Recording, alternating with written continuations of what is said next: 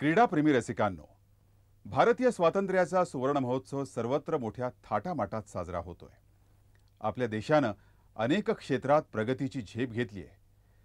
क्रीडा क्षेत्राचंच उदाहरण घ्या ना। क्रीडा क्षेत्रामध्ये भारताचं नाव मोठं केलं ते क्रिकेटच्या खेळानं। क्रिकेटच्या खेळानं जे मान सन्मान मिळवले त्यामध्ये आपल्या महाराष्ट्राचा वाटा फार मोठा आहे बरं। भारतीय क्रिकेट संघ आणि महाराष्ट्रातले खेळाडू यांचं एक अतूट नातं आहे। एकेकाळी भारतीय क्रिकेट संघात 10 खेळाडू महाराष्ट्रातले असायचे। मुंबईचा आणि क्रिकेटचा तसा फार जुना आणि जवळचा संबंध आहे।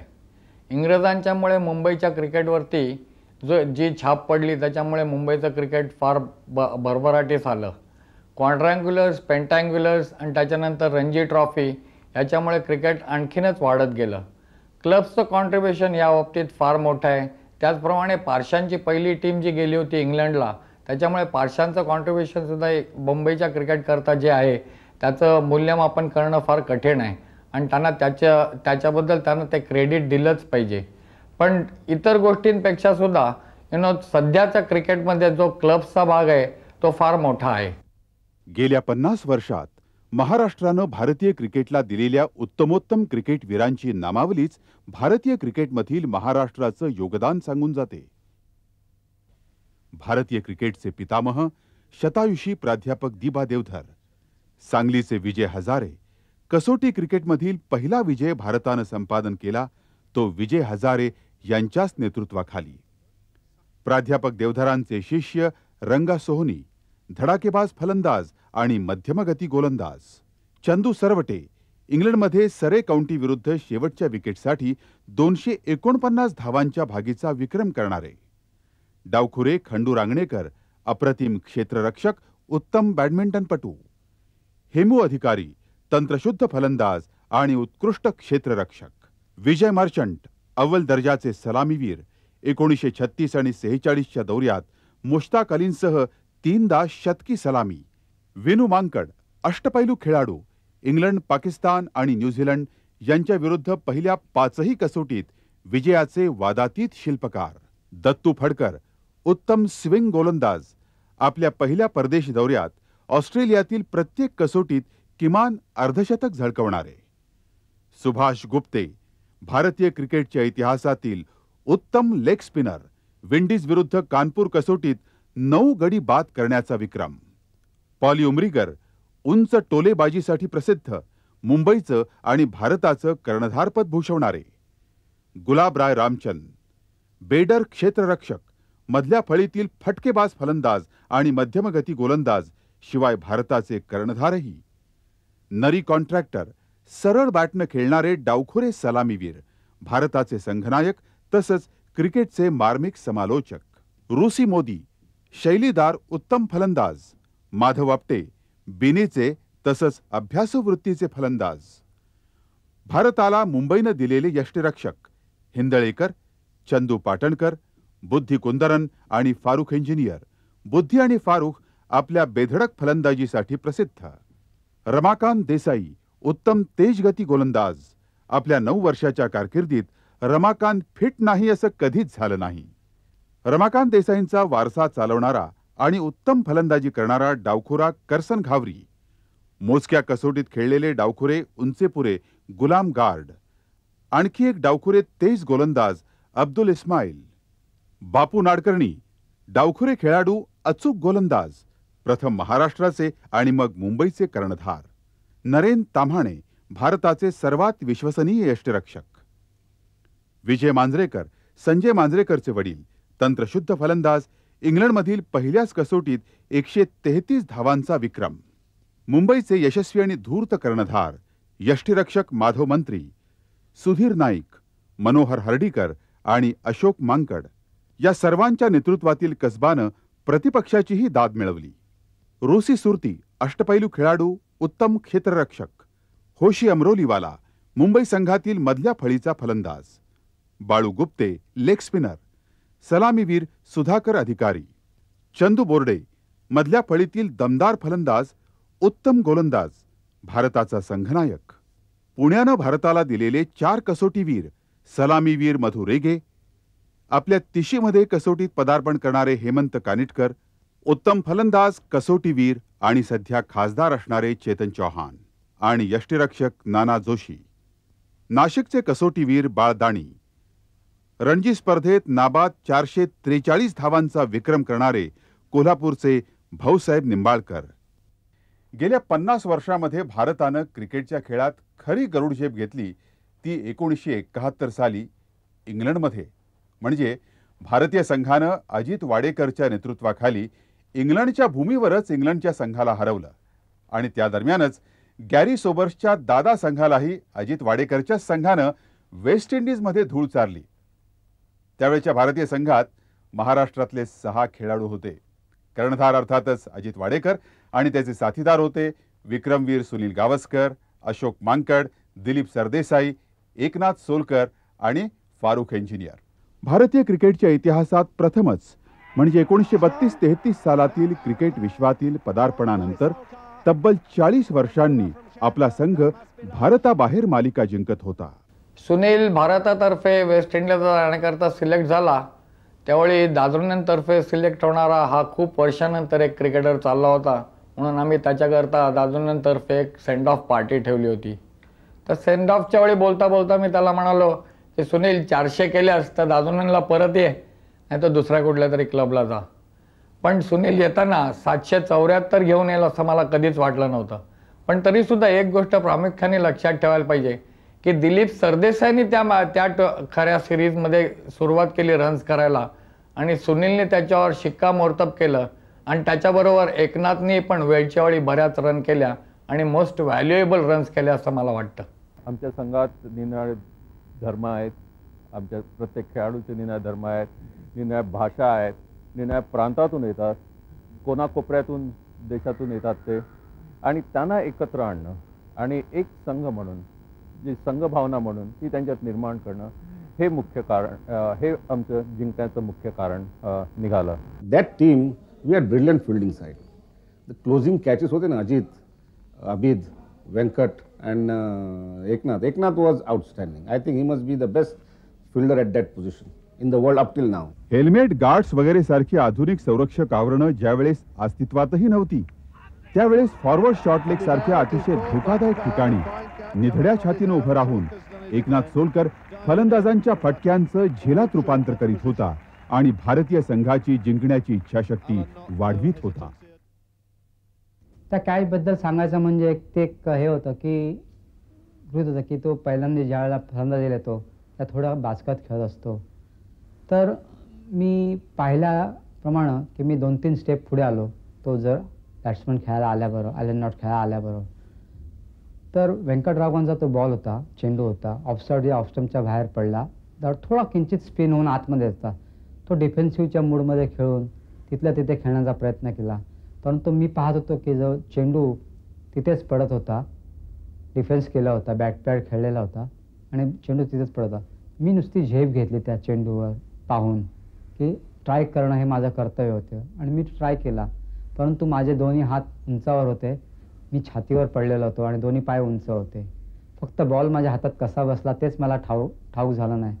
आणि जे मी चान्स घेतला. आम्हाला 167 करायचे होते आणि आम्ही चौथ्या दिवशी संध्याकाळी आय थिंक 3 विकेट गेल्या होत्या आणि मी आणि अजित खेळत होतो आणि आय वॉज व्हेरी कॉन्फिडंट की आम्ही करणार स्कोर.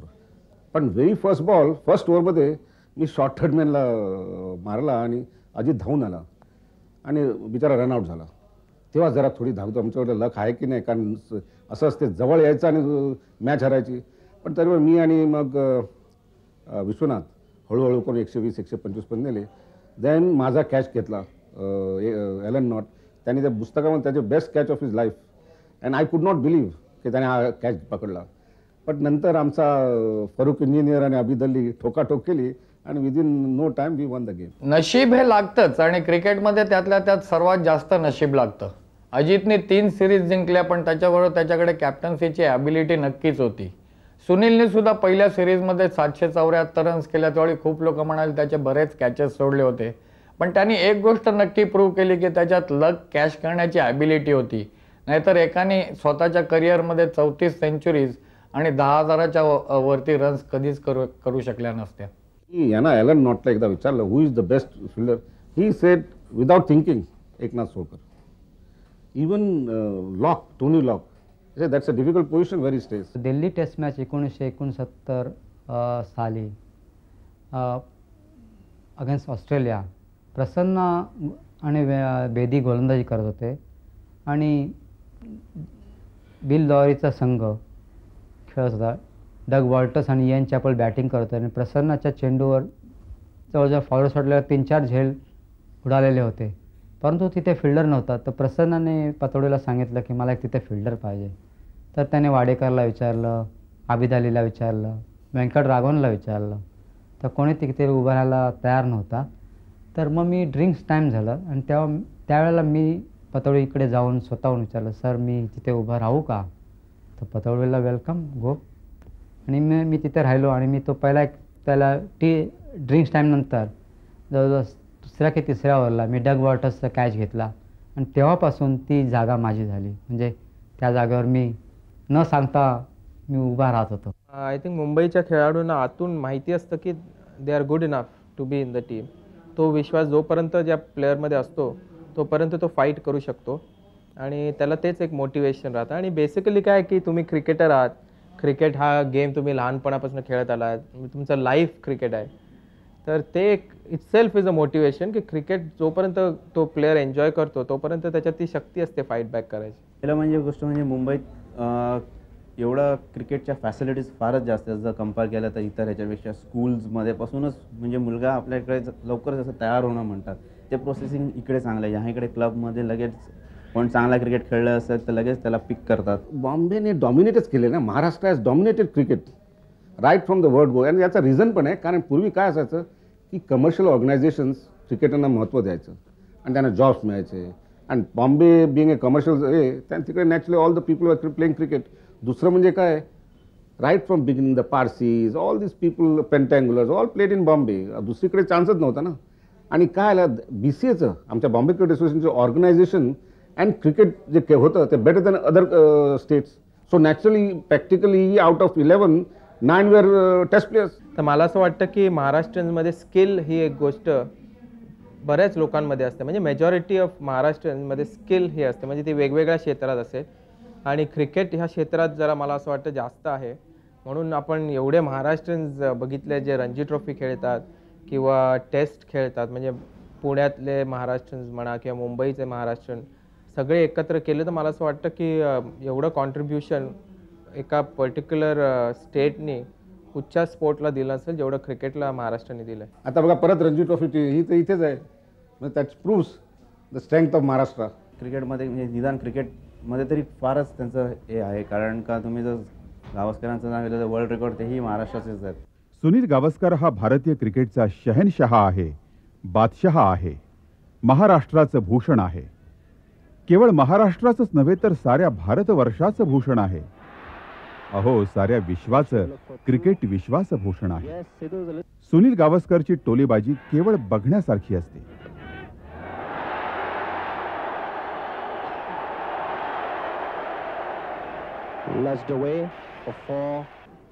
सुनील गावस्करचा अनुभव अफाट आहे. त्यामध्ये 10,000च्या वर धावा आहेत, 125 कसोटी सामन्यांचा अनुभव आहे आणि 29 कसोटी शतकांचा सर डॉन ब्रॅडमन यांचा विश्वविक्रम मागे टाकणारा असा हा दर्जेदार महान खेळाडू आहे. सुनील गावस्कर याने कधीही हेल्मेट वापरलं नाही, पण त्याची नजर होती ती अत्यंत सफाईदार. त्या याच्यावर सुनील गावस्कर शोध की बा वर्ल्ड क्लास क्रिकेटर आहे.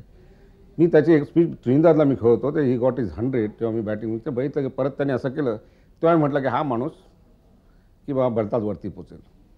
And proved. सुनील गावस्करनी तर आपल्या पराक्रमाने जाणून दिलं त्याने. आज जिकडे जिकडे जातो तिकडे तिकडे सुनील गावस्कर म्हणजे इंडिया, सुनील गावस्कर म्हणजे इंडियन क्रिकेट असं झालेलं आहे.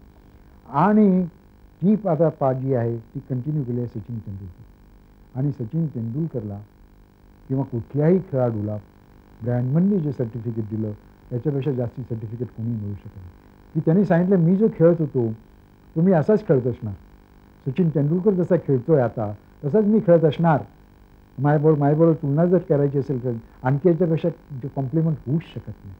महान सुनील गावस्करची परंपरा पुढे चालू ठेवणारा महाराष्ट्राचा दुसरा तारा म्हणजे दिलीप वेंगसरकर, ज्यानं नंतर भारताचं नेतृत्व केलं. 100च्या वर कसोटी सामने तो खेळला, 17 शतकं झळकवली. लॉर्ड्सचं आणि दिलीप याचं नातं अतिशय अतूट आहे.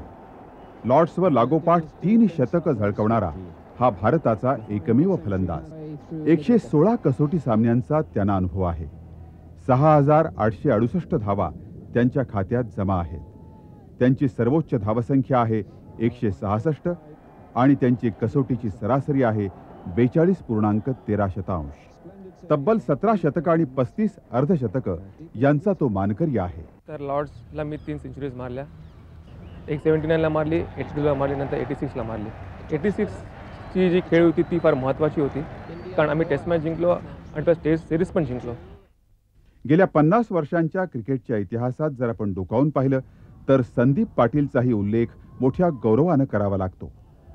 प्रत्येक चेंडूला अतिशय आक्रमक पद्धतीनं मारण्यात अतिशय पटाईत असणारा असा हा संदीप पाटील आहे.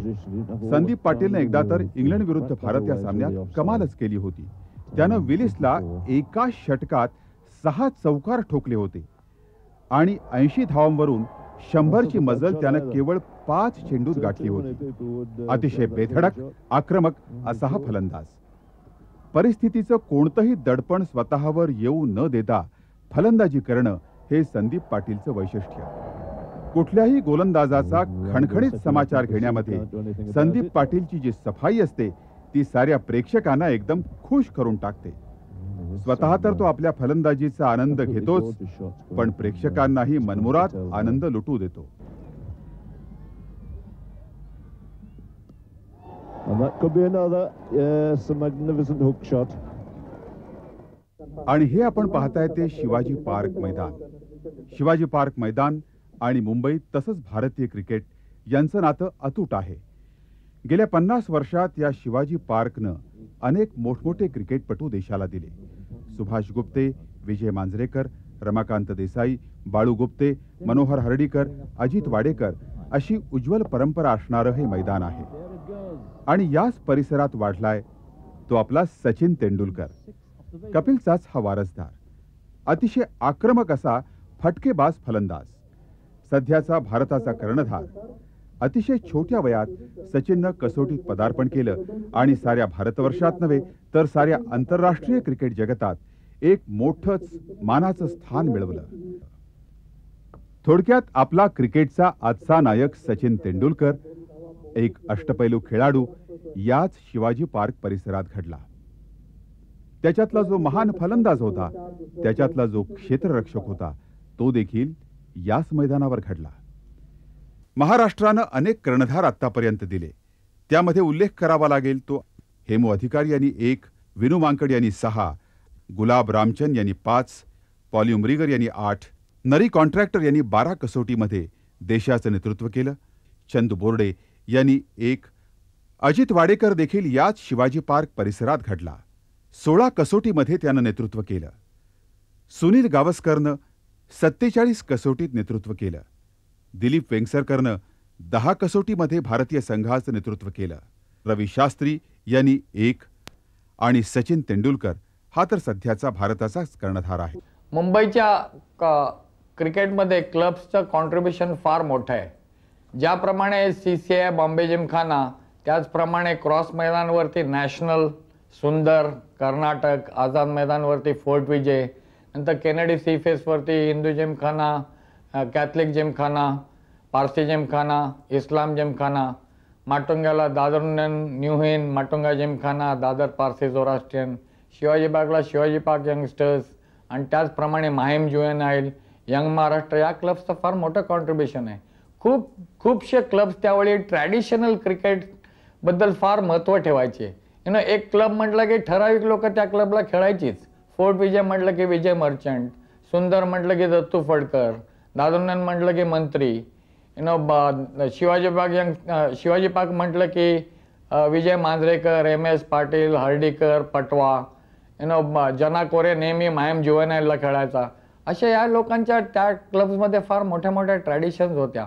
अलीकडच्या काळातील अनेक नामवंत कसोटी वीरांना क्रिकेटच्या खेळानं नाव तर मिळवून दिलंच, पण त्याचप्रमाणे पैसाही दिला. पण आपण समाजाचं काहीतरी देणं लागतो या भावनेचा त्यांना विसर पडलेला नाही. काही उद्योगपती महाराष्ट्र शासन यांच्या मदतीनं लहान वयातच मुलांना क्रिकेटचं प्रशिक्षण देऊन अव्वल दर्जाचे खेळाडू तयार करण्याचं कार्य आज अनेक कसोटीवीर करत आहेत. कॅच देम यंग या भावनेतून दिलीप वेंगसरकर आणि सुनील गावस्कर हे मुंबईत, तर चंदू बोर्डे यांनी पुण्यामध्ये अकॅडमी सुरू करण्याचं कार्य हाती घेतलंय.